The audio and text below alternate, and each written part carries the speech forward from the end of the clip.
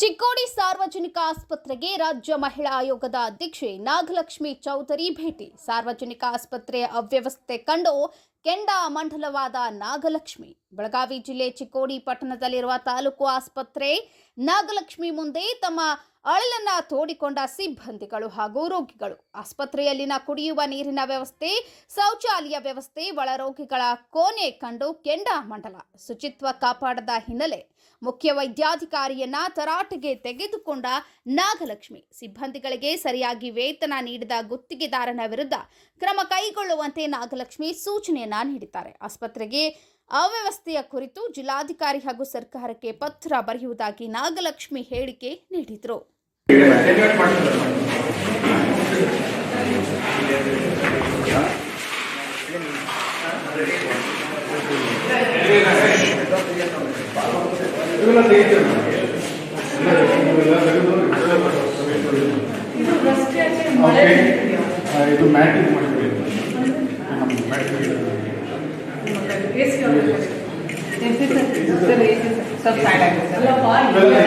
ಯಾಕೆ ತೆಗಿಬೇಕು? ಸರ್ಕಾರ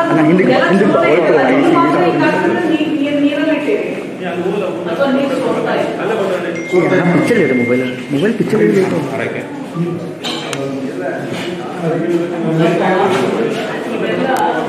ಹೇಳ್ತಾರೆ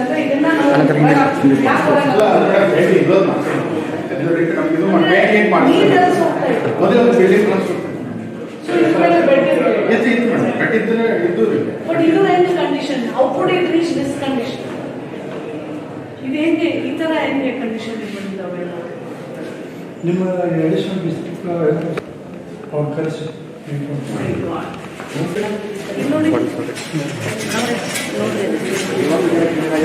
ಶೌಚಾಲಯ ನೋಡ್ರಿ, ಯಾವ ಕಾಂಟ್ಯಾಕ್ಟ್ ಬಂದ್ರಿ ಇದ ನಮ್ಗೆ ನೋಡ್ರಿ.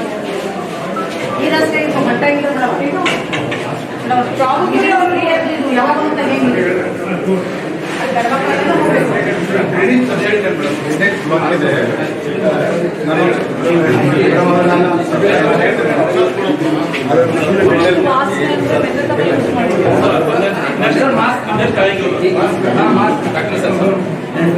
ಯಾವಾಗ ಮಾಡ್ತಾ ಇದ್ದಾರೆ. ಇದು ಚಾಲು ಇದೆ. ಇಷ್ಟು ಸ್ಮೆಲ್ಲು ಮತ್ತೆ ಮುಖದ ಅಲ್ಲಿ ನೋಡಿ ಅಡಿಕೆ ಪಂಚ ನೋಡಿ.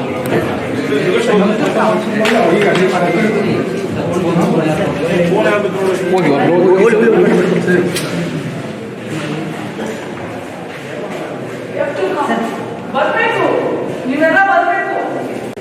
ನಾನೇ ಬರ್ತೀನಿ, ನೀವು ಬರ್ಬೇಕು.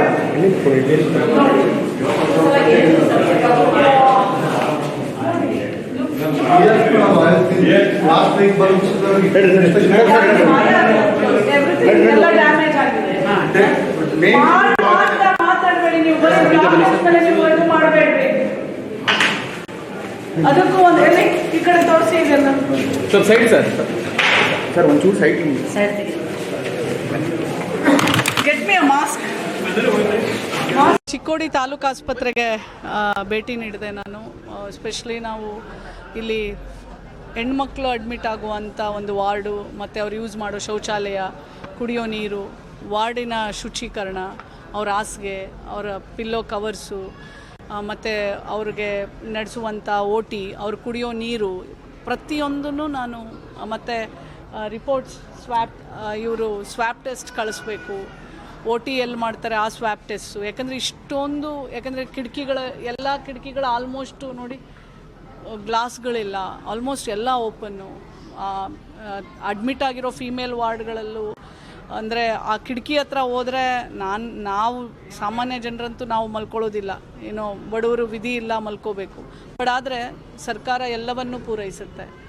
ಆದರೆ ಅವರು ಎಲ್ಲದಕ್ಕೂ ನನಗೆ ಒಂದೇ ಉತ್ತರ ಕೊಡ್ತಾ ಇರೋದು, ಮೇಂಟೆನೆನ್ಸ್ ಮಾಡ್ತಾ ಇದ್ದಾರೆ, ಅದೇನು ರಿನೋವೇಷನ್ ಆಗ್ತಾಯಿದೆ, ಅದಕ್ಕೋಸ್ಕರ ಧೂಳಿದೆ, ರಿನೋವೇಷನ್ ಆಗ್ತಾಯಿದೆ. ಆ್ಯಕ್ಚುಲಿ ಒಂದು ಕಡೆ ವಾರ್ಡ್ ಫುಲ್ ಕ್ಲೋಸ್ ಮಾಡಿಬಿಟ್ಟಿದ್ದಾರೆ. ಅಲ್ಲಿ ಬಾತ್ರೂಮ್ ಅಂತೂ ಪೆಥಟಿಕ್, ನನಗೆ ಗೊತ್ತಿಲ್ಲ.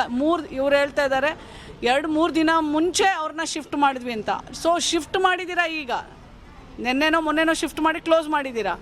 ಬಟ್ ಇಷ್ಟು ದಿನ ಹೇಗೆ ನಡೆಸಿದ್ದಾರೆ ಅಲ್ಲಿ ಅಂತ ನನಗೆ ತುಂಬ ಆಶ್ಚರ್ಯ.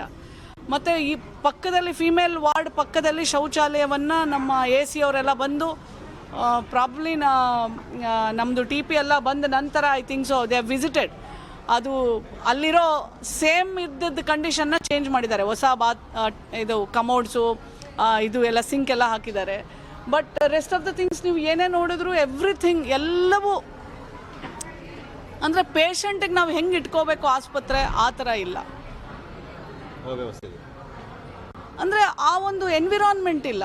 ಈಗ ನೀವು ಕುಡಿಯೋ ನೀರು ಈಗ 300ರಿಂದ 400 ಪೇಷಂಟ್ ಬರ್ತಾರೆ ಒಂದು ದಿನಕ್ಕೆ ಅಂದಾಗ ಕುಡಿಯೋ ಇಡೀ ಇಷ್ಟು ದೊಡ್ಡ ಆಸ್ಪತ್ರೆಗೆ ನೋಡಿ ಅದು ಆ ಕುಡಿಯೋ ನೀರನ್ನೇ ಇಟ್ಟಿದ್ದಾರೆ. ಅದು ಇಟ್ಟಿರೋ ಜಾಗ ನೋಡಿ ಎಷ್ಟು unhygienic. First problem is hygiene ಇಲ್ಲ. ಆಸ್ಪತ್ರೆ ಅಂದರೆ ಹೈಜೀನ್.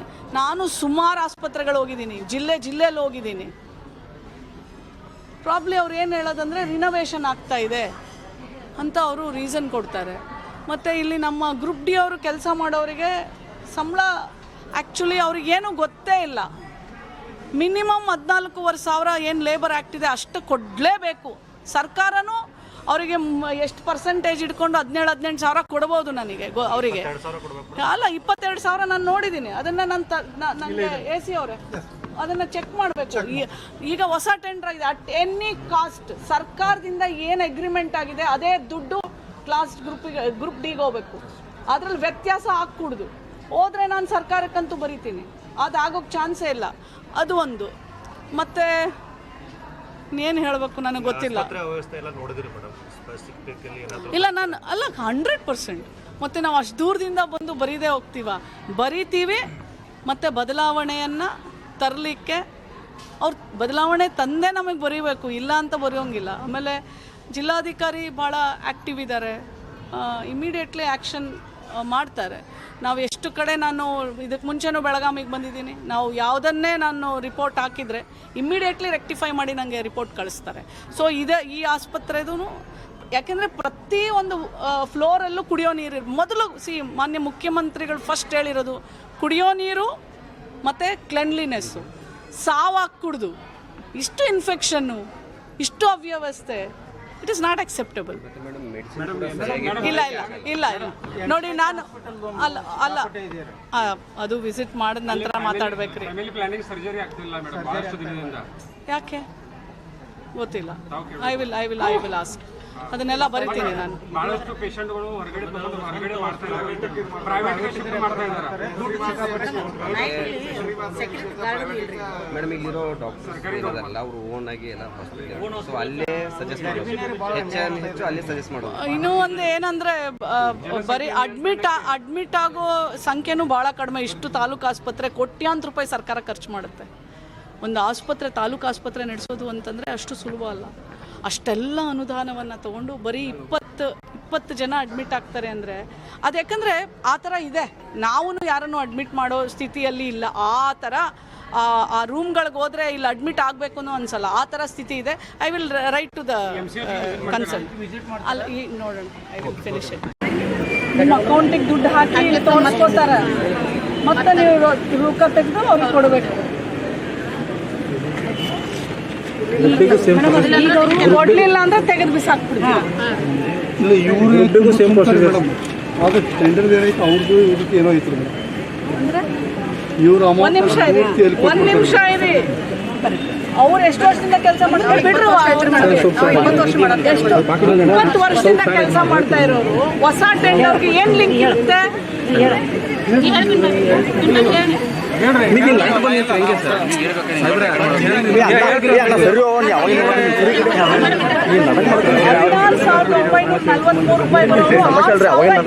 ತೆಗೆದು ಅವ್ರು ಕೊಡ್ಬೇಕಲ್ಲ, ಯಾಕೆ ಕೊಡಬೇಕು? ಈಗ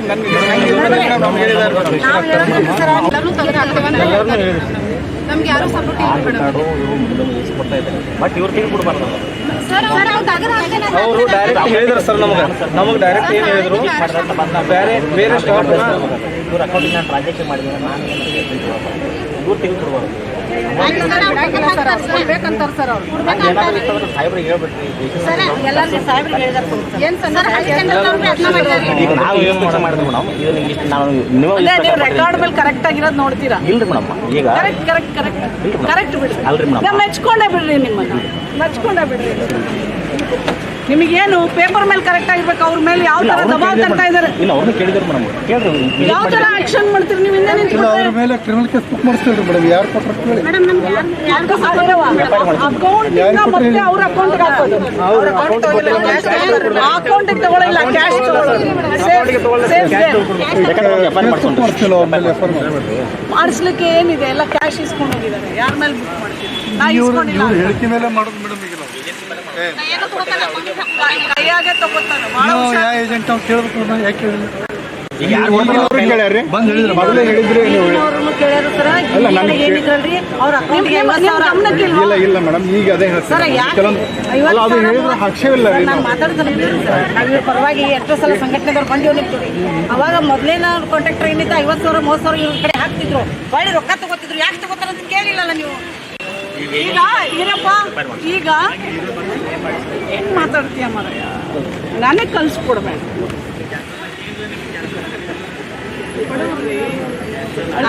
ಕೆಲಸದಿಂದ ಕೆಲಸ ಮಾಡಿವ್ರಿ ಮೇಡಮ್ ನಾವು 600 ರೂಪಾಯಿದಿಂದ ಮಾಡ್ತೀವಿ ಹಾಸ್ಪಿಟಲ್ ಚಾಲು ಆದಾಗಿಂದ ಮಾಡ್ತೀವ್ರಿ ಮೇಡಮ್ ವಿಸಿಟ್ ಅಲ್ರಿ ನಿಮ್ ಜೋಡಿ ಮಾತಾಡಿಲ್ಲೇನ್ರಿ ನನ್ನ ಹತ್ರ ಹೇಳಿದ್ರೆ ಈ ತರ ಅವ್ರು ರೊಕ್ಕ ಇಸ್ಕೋತಾರ ಅಂತ ನಿಮಗೆ ಹೇಳಿಲ್ಲೇನ್ರಿ ಲೇಬರ್ ಆಫೀಸ್ಗೆ ಹೋಗಿ ಬಂದೇವ್ರಿ ಮೇಡಮ್ ಬಂದೇವ್ರಿ ಮೇಡಮ್ ಆಲ್ರೆಡಿ ನಾವು ಏನಂದ್ರೆ ನಾವು ಲೇಬರ್ ಆಫೀಸ್ಗೆ ಹೋಗಿ ಕಂಪ್ಲೇಂಟ್ ಮಾಡಿವು ಎಲ್ಲ ಕಡೆ ಮಾಡಿವು 5 ವರ್ಷ ಕಡೆಯಿಂದ ನಡೆದಿತ್ತು ಎಲ್ಲ ಇಲ್ಲದೇ ನಡೀತಾ ಇದೆ ಬಡವ್ರ ಹೊಟ್ಟೆ ಮೇಲೆ ಯಾಕ್ರಿ ಹೊಡಿತೀರಾ ಸರ್ಕಾರ ಕೊಡುತ್ತೆ ಅಂದ್ಮೇಲೆ ಕೊಡ್ರಿ ಯಾವ ಏಜೆನ್ಸಿ ಅವ್ನು ನಮ್ಗೆ ಏಜೆನ್ಸಿ ಅವ್ನು ದೊಡ್ಡವನ ನಮ್ಗೆ ಕೆಲಸ ಮಾಡೋರು ದೊಡ್ಡವ್ರ 20 ವರ್ಷದಿಂದ ಅವ್ರು ಕೆಲಸ ಮಾಡ್ತಾರೆ ಏಜೆನ್ಸಿ ಅವ್ನು ಬಂದು ನಿಮ್ಮನ್ನು ತೆಗೆದಾಕ್ತಾನೆ ಅಂತಂದ್ರೆ ಯಾರ ಪರ ನಿಂತ್ಕೋತೀರಾ ನೀವೆಲ್ಲರೂ ಮತ್ತೆ ನಿಂತ್ಕೊಳ್ಳಿ ಫಸ್ಟ್ ಚೇಂಜ್ ಮಾಡಿಸಿ ನಂಗೆ ರಿಪೋರ್ಟ್ ಮಾಡಿ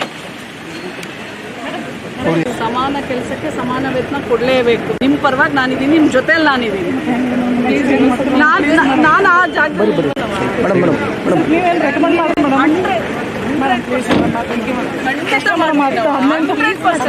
ಡೌಟೇ ಇಲ್ಲವಾ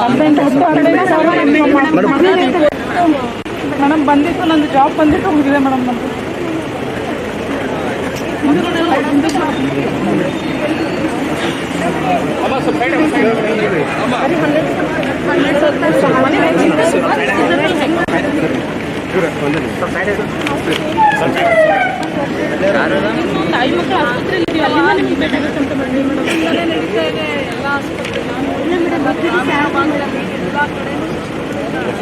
16,000